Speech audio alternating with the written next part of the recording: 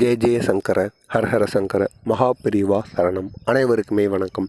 வருகின்ற இந்த பங்குனி உத்திரம் அன்று, இந்த திங்கட்கிழமையில் பங்குனி உத்திரத்தில் அனைவருக்குமே தெரிஞ்சிருக்கும். அன்று முருகன் கோவில் மிகவும் விசேஷமாக இருக்கும். அந்த ஒரு நாளில் நீங்கள் முருகன் கோவிலுக்கு சென்று இந்த ஒரே ஒரு விளக்கை மட்டும் நீங்கள் ஏற்றிட்டு வந்துட்டீங்க அப்படின்னா உங்களுக்கு அதிக அளவில் நன்மைகள் நடக்குமா. இந்த ஒரு விளக்கை ஏற்றிட்டு அதுக்கப்புறமா அது கூட முருகனுக்கான இந்த ஒரே ஒரு மந்திரத்தை மட்டும் நீங்கள் கூறிட்டு வாங்க. உங்களுக்கு இங்கே பெரிய அளவில் அதிர்ஷ்டங்கள் ஏற்படும். உங்களுக்கு இருக்கக்கூடிய தடைகளாக இருக்கட்டும், பிரச்சனைகளாக இருக்கட்டும், கஷ்டங்கள் அனைத்துமே தீர்ந்து எவ்வளோ பெரிய கடன் சுமையில் இருந்தாலும் பரவாயில்ல, எவ்வளோ பெரிய பிரச்சனையில் இருந்தாலும் அதிலிருந்து நீங்கள் மீண்டு வருவதற்கு நீங்கள் திங்கட்கிழமை அந்த ஒரு நாளை மட்டும் நீங்கள் பயன்படுத்திக்கோங்க.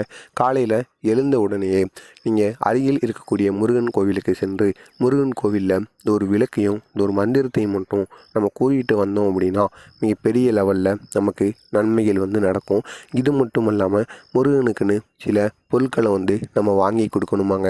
முருகன் கோவிலுக்கு சென்று இந்த பங்குனி உத்திரம் அப்பொழுது இந்த பொருட்களை எல்லாம் நம்ம வாங்கி முருகனுக்கு அபிஷேகம் பண்ணோம் அப்படின்னா அதனாலும் இங்கே பெரிய அளவில் நன்மைகள் நடக்குமா. எனவே தவறாமல் இந்த பங்குனி உத்திரத்தை பயன்படுத்திக்கோங்க. இந்த ஒரு பங்குனி உத்திரத்தை நம்ம மிஸ் பண்ணிட்டோம் அப்படின்னா இன்னும் 1 வருடங்கள் வரை நம்ம காத்து கொண்டு இருக்கணுமாம். எனவே தவறாமல் இதை மட்டும் நீங்கள் பண்ணிடுங்க.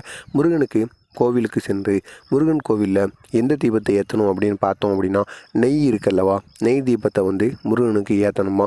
வெறும் நெய் தீபத்தை மட்டும் ஏற்றாமல் நெய் தீபத்தை ஏற்றிட்டு அதில் சிறிதளவு பச்சை கருப்பூரத்தை நீங்கள் பொடியாக்கியோ இல்லைன்னா 2 கிராம்பையோ அதில் நீங்கள் போட்டு ஏற்றும் பொழுது அந்த கிராம்பில் அந்த கிராம்பு நெய்யில் படும்போது அது கிராம்பு உருகுமா.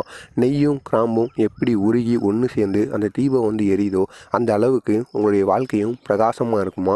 எனவே இந்த ஒரு தீபத்தை ஏற்றிட்டு முருகன் கோவிலில் நீ அமர்ந்துட்டு தியானம் செய்வது போல் அமர்ந்து கொண்டு முருகனுக்கான மந்திரங்கள் எல்லாம் நீ கூறு.